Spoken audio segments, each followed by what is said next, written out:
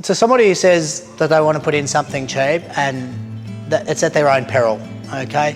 It really bothers me to see people who are supposed to be representing the best industry in terms of making a positive impact on the environment.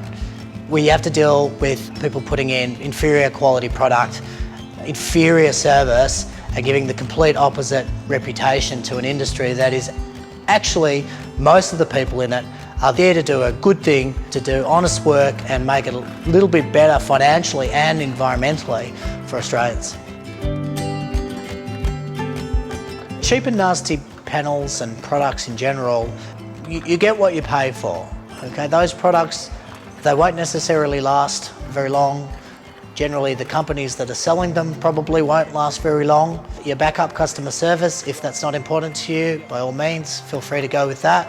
There's a lot of players in the solar market who are more about marketing than putting in quality product. They're there for a quick sale, but not necessarily there in the long run. All solar is not equal, and we have seen that throughout the market, and we've repaired solar that's not right and fixed systems that are not right, and often those companies and those manufacturers are no longer here.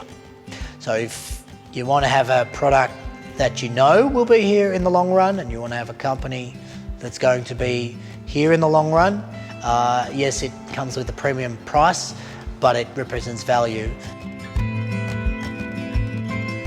And I think people are looking for quality. It definitely comes through to us that people are after a quality installation. Unfortunately, in this industry, there are some cowboys out there and some rogue operators, which is not pleasant. We steer away from that market. We prefer that our customers are going to have a good product for a long period of time.